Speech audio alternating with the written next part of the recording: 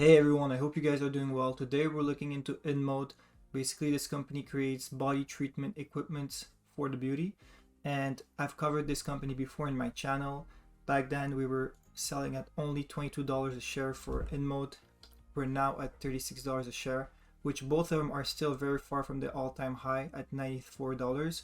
I do believe that at that time the stock was overvalued.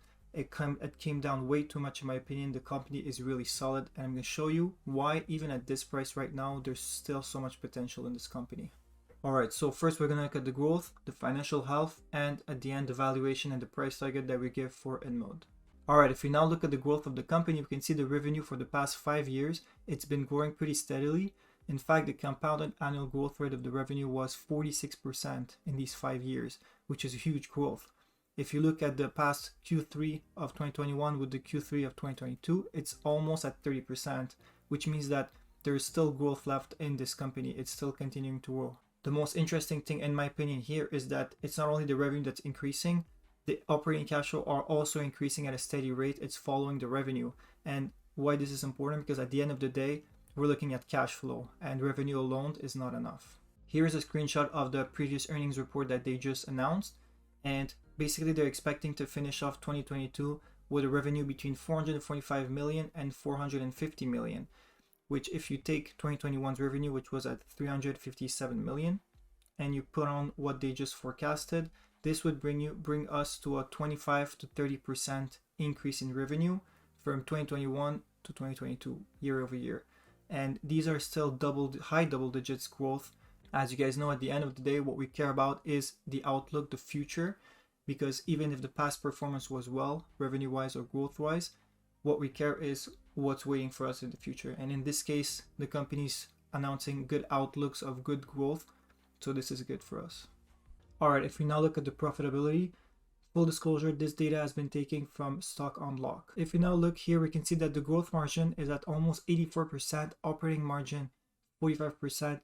What's most incredible is that the net income and the free cash flow are almost the similar margins, which means that every dollar of earnings the company does is almost already totally translated into free cash flow, which is a good thing.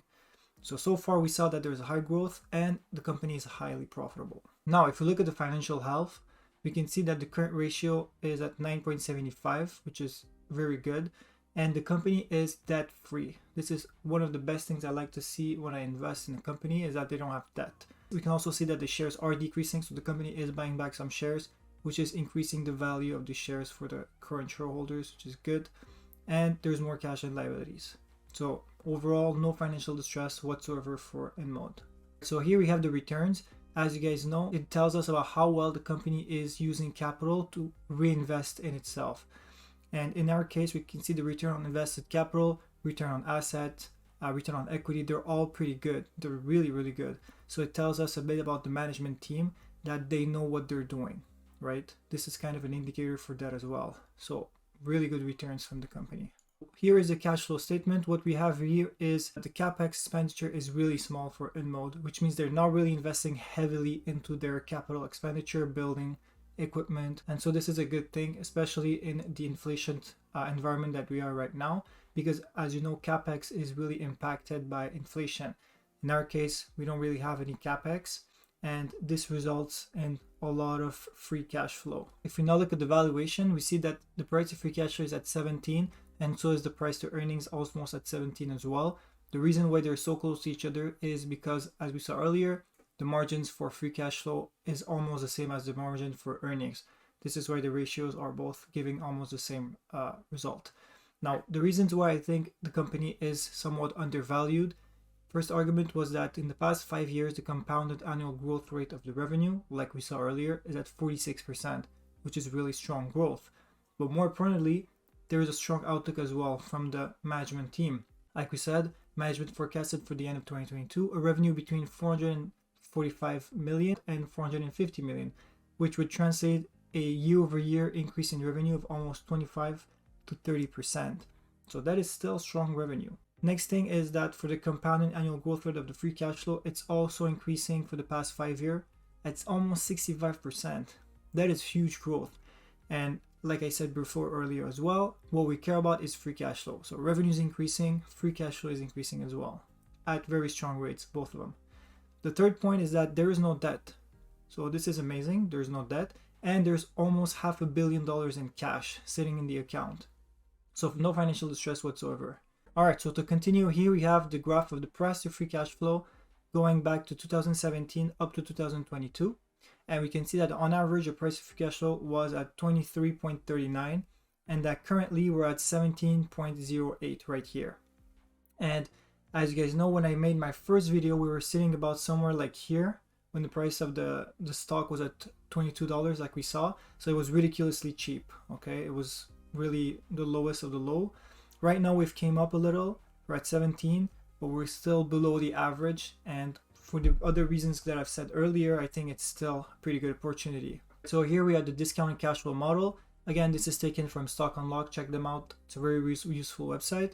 So here our goal is to find what price should we pay for this stock according to our assumptions. So here, free cash flow growth metric, let's be honest and conservative. It's probably not going to keep growing at 65% every year.